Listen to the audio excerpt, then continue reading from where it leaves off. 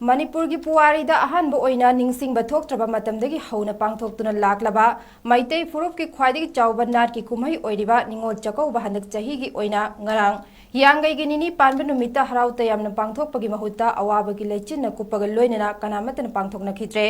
ꯃꯦ 3ꯗꯒꯤ ꯍꯧꯈꯤꯕ ꯐꯨꯔꯨꯞ ꯑꯅꯤꯒꯤ ꯏꯔꯥꯡ ꯑꯁꯤꯅ ꯃꯔꯝ ꯑꯣꯏꯔꯒ ꯃꯁꯥꯒꯤ ꯌꯨꯝ ꯃꯩ ꯊꯥꯗꯣꯛꯄꯤꯈ꯭ꯔꯕ ꯑꯃꯗꯤ ꯃꯄꯥꯝ ꯂꯝꯗꯝꯗ ꯆꯠꯇꯨꯅ ꯅꯤꯡꯉꯣꯜ ꯆꯥꯛꯀꯧꯕ ꯁꯔꯨꯛ ꯌꯥꯕ ꯉꯝꯗ꯭ꯔꯕ ꯑꯋꯥꯕ ꯇꯥꯔꯤꯕ ꯃꯩꯇꯩ ꯅꯤꯡꯉꯣꯜꯁꯤꯡꯒꯤ ꯑꯋꯥꯕꯗ ꯁꯔꯨꯛ ꯌꯥꯕ ꯑꯣꯏꯅ ꯊꯧꯕꯥꯜ ꯗꯤꯁꯇ꯭ꯔꯤꯛꯀꯤ ꯇꯣꯉꯥꯟ ꯇꯣꯉꯥꯟꯕ ꯃꯐꯝꯁꯤꯡꯗꯁꯨ ꯅꯤꯡꯉꯣꯜꯁꯤꯡꯅ ꯃꯄꯥꯝ ꯂꯝꯗꯝꯗ ꯅꯤꯡꯉꯣꯜ ꯆꯥꯛꯀꯧꯕ ꯄꯥꯡꯊꯣꯛꯅꯈꯤꯗ꯭ꯔꯦ ꯑꯃꯗꯤ ꯆꯠꯅꯈꯤꯗ꯭ꯔꯦ꯫ ꯃꯌꯨꯝ ꯃꯀꯩ ꯄꯥꯜꯂꯛꯂꯕ ꯅꯤꯡꯉꯣꯜ ꯑꯣꯏꯕꯤꯁꯤꯡꯅ ꯑꯌꯨꯛꯇꯒꯤ ꯍꯧꯅ ꯆꯔꯥ ꯍꯦꯜꯂꯒ ꯃꯥꯒꯤ ꯂꯩꯀꯥꯏ ꯂꯩꯀꯥꯏꯗ ꯋꯥꯀꯠ ꯃꯤꯐꯝ ꯐꯝꯗꯨꯅ ꯑꯩꯈꯣꯏꯁꯨ ꯑꯋꯥꯕꯗ ꯁꯔꯨꯛ ꯌꯥꯔꯤ ꯍꯥꯏꯕ ꯑꯄꯨꯟꯕꯒꯤ ꯁꯛꯇꯝ उतनखे।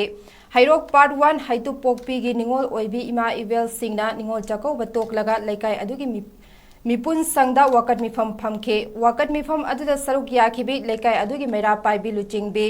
श्री मयूम दिनेश्वरी देवीना अवाब तारिबा मैते निंगोल सिंगी अवाबदा सरुक याबगी वाफम कया फोंदोकपगा लोइनना हौजिक थोक्लिबा लान असि लेंगांगना अथुबा मतमदा वरोइसिन अमा पुरकनबा होनबियु हाइखे।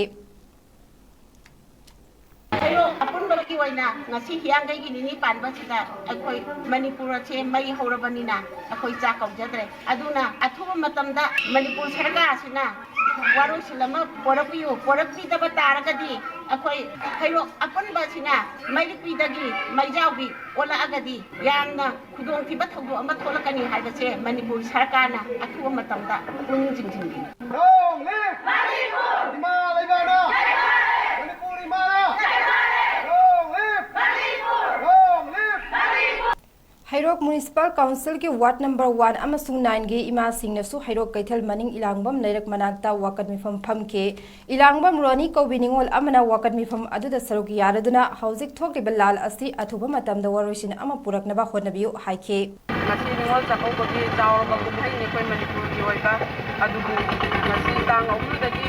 leptana chathariba kumitel singna manipur maitai macha singdan leirakana chingthong chingya leiba mayam asi mai thadokidana ningol makhai loina mak relief camp da leiba singsi khalaga ngasi ayuk amadagi akoi ha mayam si akoi maibel mayam asi chara helaga khongtang asi changsin jari moi gi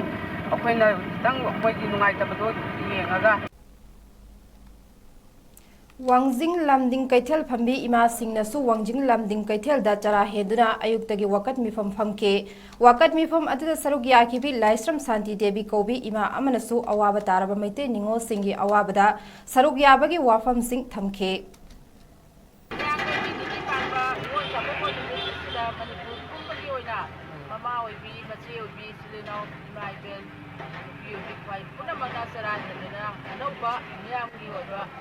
Manipuri हौजी थोइबा कोनिदेबो थोदो Maggi तांग अहुमदगी ngasi फावबदा पोलैबा kissing मैतैसिंदा अकनबा मोंदा लादासना तुना मरम ओरकादा अवा अना तारबा दनमसिगी प्रजा मियाम अमदी इंगा तग्याम तब्यादा लेजरिबा प्रजा अपुंबा इमाइबेल कयागी अवासेना कया खांगबुदा अदुकी मतिक वाना अवासेना खांगिबा अदुगुबा इमाइबेल सिंदुगी मतुंग इनांगसिदी अखोई मणिपुर लेबा इमाइबेल पुनमना निंगोल सिंगी ओइबा मणिपुर की अचौबा निंगोल चकौबा असि तोक्तुना मणिपुर की मफम पुनमक्ता धना फमदुना सरा हेदि खुंदन चंगजनदुना ngasiदी अवाबा कया दो खांगदुना अखोई पुनमक्ना अवाबा फोंदोक